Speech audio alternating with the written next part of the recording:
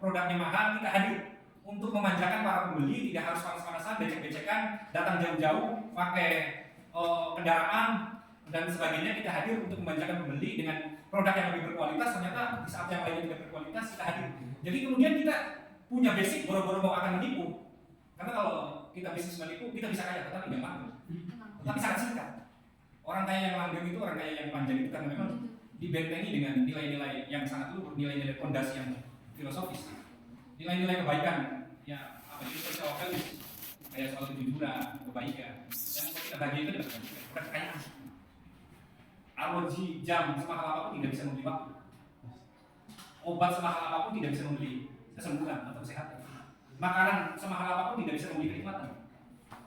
Tapi kalau di dalam diri kita banyak kebajikan, makanan semurah apapun bisa membuat kita nikmat. Kasur semahal apapun tidak bisa membeli kenyamanan dalam tidur. AC apa dan sebagainya. Yang membuat tidur kita nyenyak itu adalah kebajikan. Jadi saya tidak sedang mengatakan kekayaan itu bisa membeli segalanya. Jadi harus dibentengi dulu dengan nilai-nilai kebaikan di dalam diri kita. Kebahagiaan itu betul salah satunya bisa kita raih melalui dengan kekayaan. Tetapi banyak kekayaan juga yang menjebak kita untuk menjadi orang-orang yang licik, orang-orang yang sombong, orang-orang yang zalim. Tetapi itu jangan menjadi kata kunci dari sebuah kekayaan. Karena bagaimanapun kekayaan itu bisa memberangkatkan kita untuk pergi haji, bisa membuat kita untuk bersedekah, bisa membuat kita untuk membangun masjid, bisa membuat kita untuk menyekolahkan orang-orang yatim, bisa membuat kita mengentaskan kemiskinan. Itu kata kuncinya yang harus kita posisikan, yang harus kita dudukkan. Kekayaan itu begitu. Tetapi ya itu jangan salah kaprah dengan kekayaan. Banyak orang kaya sedikit menjadi sombong. Di dalam bisnis itu ada apa? Nilai pembeda, terus nilai tambah ya. Nilai pembeda itu apa ya? Produk boleh umum, contoh baju dan sebagainya, apapun boleh yang kita lihat di pasaran. Tetapi kita harus pastikan bahwa produk yang akan kita launching, produk yang akan kita buat, produk yang akan kita pasarkan itu memiliki nilai pembeda. Apapun nilai pembedanya, entah dari sisi kualitas, entah dari fiturnya, entah dari harganya, entah dari apapunnya, harus punya nilai pembeda yang itu bisa menjadi pembeda dari produk-produk yang lain. Jadi kita perlu ada added value. Apapun, contoh, entah bakso, entah cireng, entah baju, entah kerudung, entah sepatu, kita temukan nilai pembedanya apa. Terus yang kedua itu adalah nilai tambah. Nilai tambah itu kemudian saya akan tidak ya, jadi kalau kita mau jadi pembisnis itu tidak terjebak pada apa ya? Tidak terjebak pada sekedar kemampuan kita. Kemampuan kita satu, kemudian karena kita sudah mengeluarkan satu, terus kita tidak bisa mengeluarkan dua, sudah selesai di situ. Enggak. Jadi pembisnis itu adalah mengorganisir resources, sumber daya manusia, sumber daya alam, sumber daya manajemen dan sebagainya. Jadi nilai tambah itu adalah kemudian kita mengkalikan. Jadi menambah nilai yang kedua itu adalah yang ketiga itu nilai kali. Nilai kali itu tadi nilai tambah itu agak mirip dengan nilai pembeda, tetapi kita memberikan nilai tambah. Nilai kali itu adalah kita secara closing kita mengkalikan. Contoh sederhananya. Kalau kita satu outlet, itu maka kita akan contoh setiap jam cuma 5 closing, ya. Kalau kita 2 outlet itu ada 10 closing. Begitu juga di digital marketing. Digital marketing, kan kalau digital marketing itu bikin toko itu gratis. Tidak sebagaimana di konvensional. Kalau bikin toko itu kita harus cari dulu tempatnya, strategis atau enggak. Terus kemudian kita bayar sewanya, ada nggak uangnya. Kalau di digital marketing kita bikin toko berapapun itu gratis. Bahkan didorong disarankan untuk sebanyak-banyaknya. Karena platformnya, e-commerce-nya, marketplace-nya itu membutuhkan seller. Nah, nilai kali ini adalah kemudian yang akan mengkali lipatkan penjualan kita dari satu toko kemudian menjadi 2 toko. Yang tadinya tiap jamnya cuma 5 produk, kemudian karena kita ada 2 toko, maka kemudian akan menjadi 10. Begitu.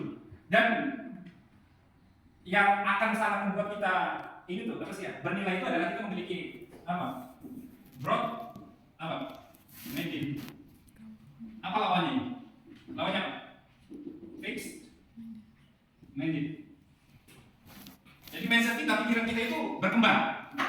Jadi terbuka, berpikir melingkar dari sudut pandang ini, dari ilmuwan ini, dari perspektif ini. Gitu.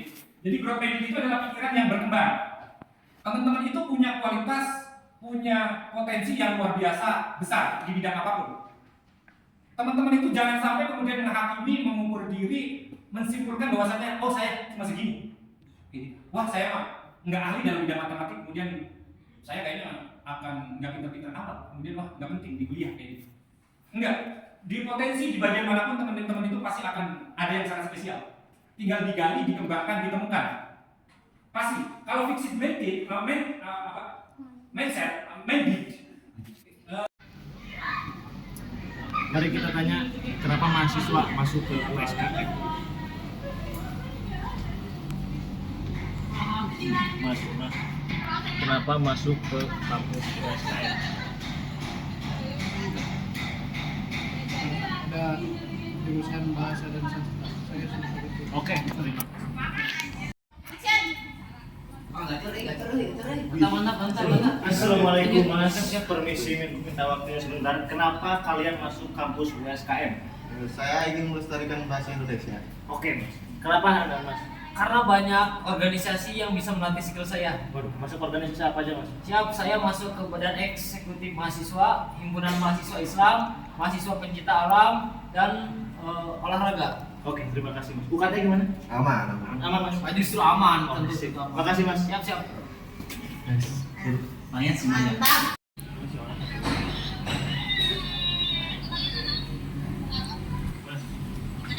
Ya, Kenapa masuk kampus USKM? karena katanya indah dipandang. Ya, bener, Mas. Serius? Serius? Iya, Apa? Karena apa? karena di sini memiliki 8 prodi yang terpadu. Waduh. Siap Mas, Siap, makasih. sama-sama.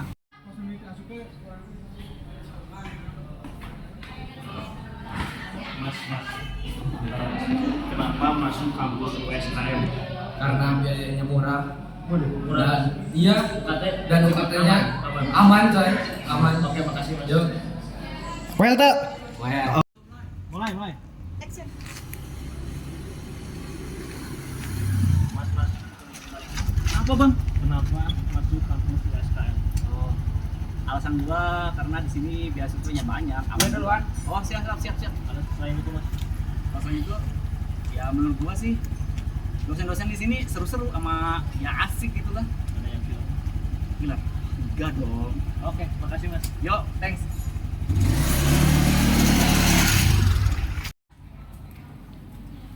Yang mulai. Oh, ya. Kenapa masuk kampus USKM? Karena fasilitasnya lengkap. Itu aja Mas. Ya. Oke, makasih. Atulah. Itulah alasan para mahasiswa masuk ke kampus USKM. Sekian dari saya. Assalamualaikum warahmatullahi wabarakatuh. Mas. Masnya sendiri kenapa milih USKM? Ya karena banyak beasiswa, terus fasilitasnya lengkap. Mau ngapain lagi? Yang penting rajin kuliah. Terima kasih. Oke Mas, makasih.